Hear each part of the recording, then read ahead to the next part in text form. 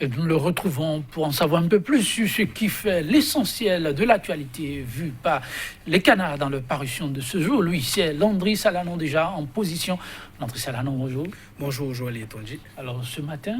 Oui, les journaux reviennent sur ce bras de fer qu'exerce depuis quelques jours l'ancien patron des flics, Louis-Philippe Rondéon, l'inspecteur général, avec à la fois l'administration de la police générale et aussi le ministère de l'Intérieur de la Sécurité publique avec un épisode 2. Cette fois-ci, c'est sa garde, notamment 6 agents affectés notamment à sa garde rapprochée qui ont donc écrit au chef de l'État par le truchement de leur ministère de tutelle et réclament chacun 500 millions de francs CFA pour préjudice subi. Les détails figurent donc dans la lettre. Nous reviendrons dans un instant sur le sujet. Sans oublier aussi, du point de vue politique, Joël Yetonji Bouni, un principe qui est attendu aujourd'hui auprès de ses partenaires résistants, notamment une réunion avec Nicéphore Dieudonné Soglo, candidat Zanaï et les autres. L'FCB figure-t-il encore ou pas dans la résistance? Question en principe qui sera donc débattue ce jour mercredi. 2 sujets très importants, mesdames, messieurs. Nous allons y aller et nous démarrons avec quel quotidien? Nous démarrons avec la dépêche. La dépêche qui nous parle de tests à l'appui. L'ancien patron des flics rejette les mesures de mutation prises par le nouveau DGPR, directeur général de la police républicaine. Rondéon joue au yo-yo avec Yaya, qui est donc le nouveau patron des flics. Les images de ces deux hauts gradés sont donc proposées à la une du journal La Dépêche. Et puis l'Afrique en marche. L'Afrique en marche s'intéresse à la politique avec la résistance notamment.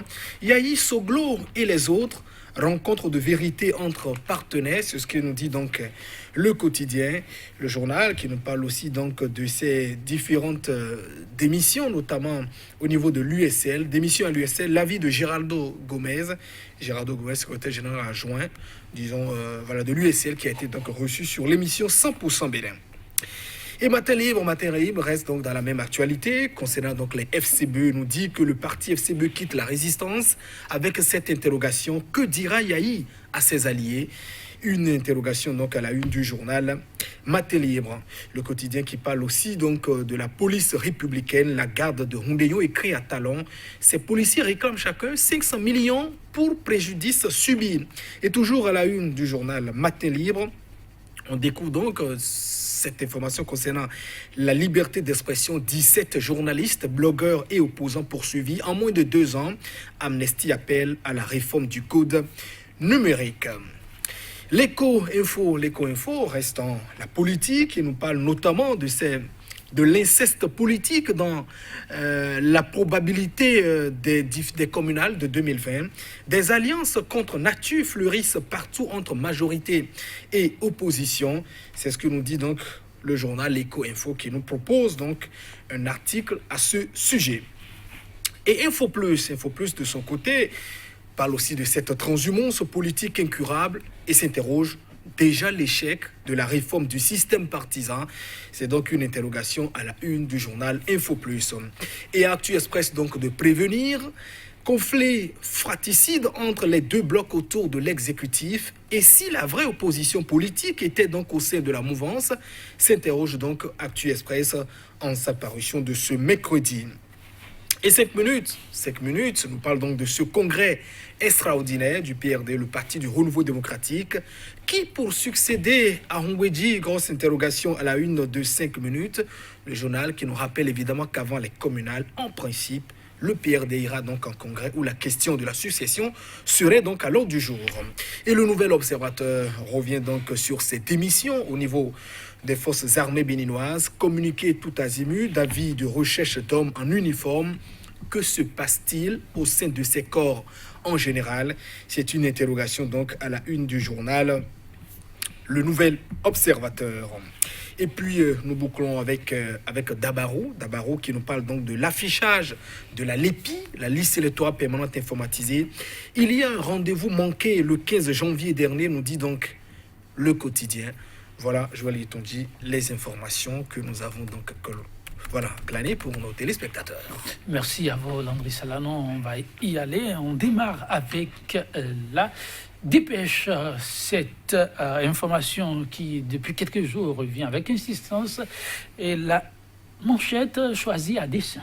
Oui, choisi à 2-5, que nous parlons de ces tests à l'appui.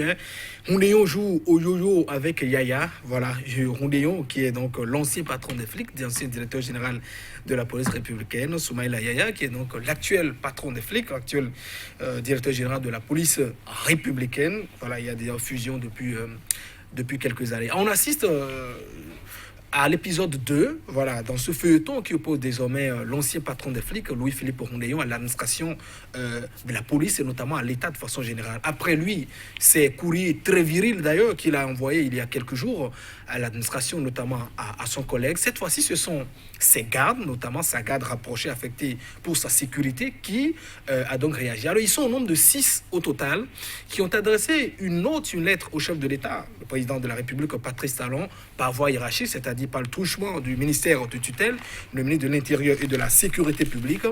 Et ces 6 agents réclament notamment chacun 500 millions de francs CFA pour différentes douleurs subies, c'est-à-dire plus précisément, il parle de harcèlement, des atteintes à l'honneur et également des atteintes à la réputation professionnelle, à la douleur morale. Donc, il réclame donc chacun 500 millions de francs CFA. Alors, de quoi s'agit-il exactement? Le 31 octobre dernier, l'actuel patron des flics, le contrôleur général Yaya, a donc adressé une note à son prédécesseur, ou bien, bon, l'antipénitentiaire, je voudrais dire, à Louis-Philippe Roundéon, lui demandant évidemment de lui ramener ces différents agents qui sont donc affectés à ça pour sa sécurité. Alors immédiatement, l'homme lui a répondu donc par un courrier opposant un refus catégorique en disant « Je suis inspecteur général de la police républicaine. Au nom des tests de la République, j'ai donc droit à des agents. » Lui, il a évidemment cité les tests. Et d'ailleurs, dans ce courrier, quand l'actuel patron des flics le disait donc par contrôleur général, il a donc répondu à travers un autre courrier qu'il lui a envoyé le 7 janvier dernier en disant qu'il proteste de pouvoir l'appeler à travers un titre inférieur à celui de l'inspecteur général et qu'il refuse qu'il n'est donc pas un contrôleur général de la police.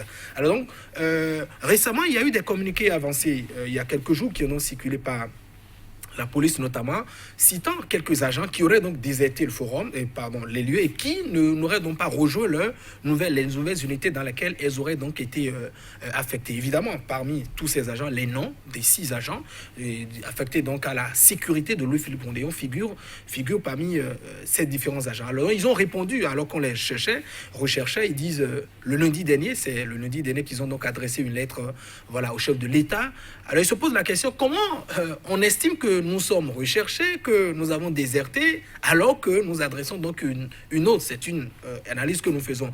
Et par la même occasion, ils s'offusquent, en tout cas dans la nôtre adressée, en disant, mais nous faisons partie des forces de sécurité, c'est-à-dire de la police républicaine. Pourquoi dans le communiqué qui a été donc avancé, on cite nos noms au niveau des forces armées qui ont donc déserté le forum, alors que notre corporation, on fait évidemment partie de la question, comment dit-on, de la police républicaine.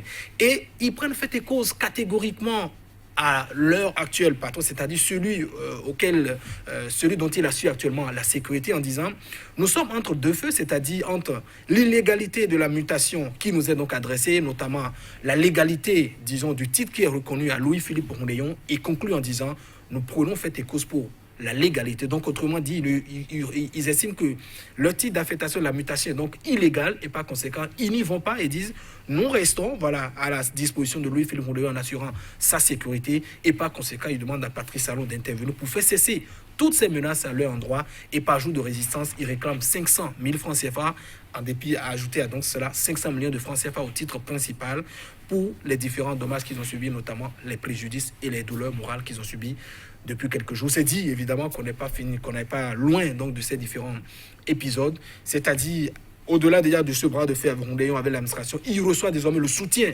de ceux qui assurent donc également sa sécurité. Et il y a un élément qui figure quand même que beaucoup n'avancent pas, c'est que lorsqu'il était donc patron des flics, beaucoup le disent, Roundéon, comme le dit, il n'aime pas l'injustice.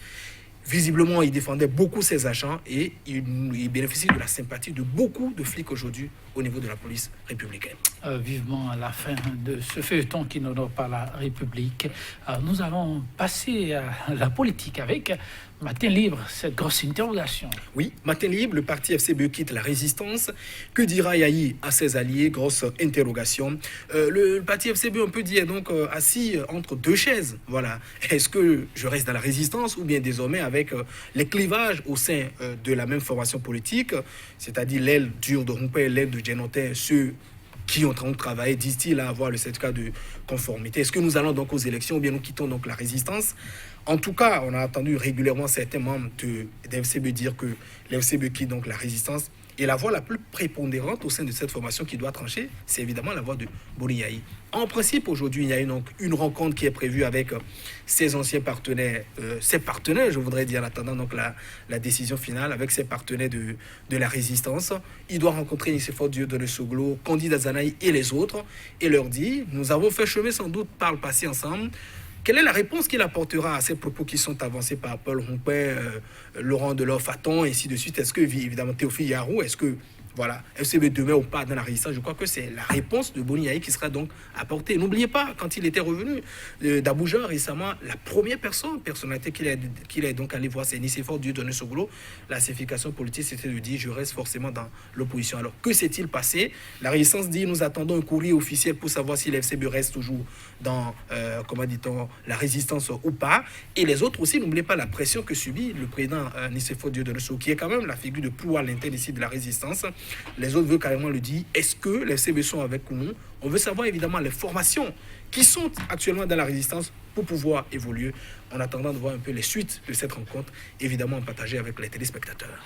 Merci à vous, Landry Salanon. On attend de voir donc la suite. Mais en attendant, on se donne rendez-vous pour demain. Oui, avec le même plaisir. Alors, chers téléspectateurs, à demain.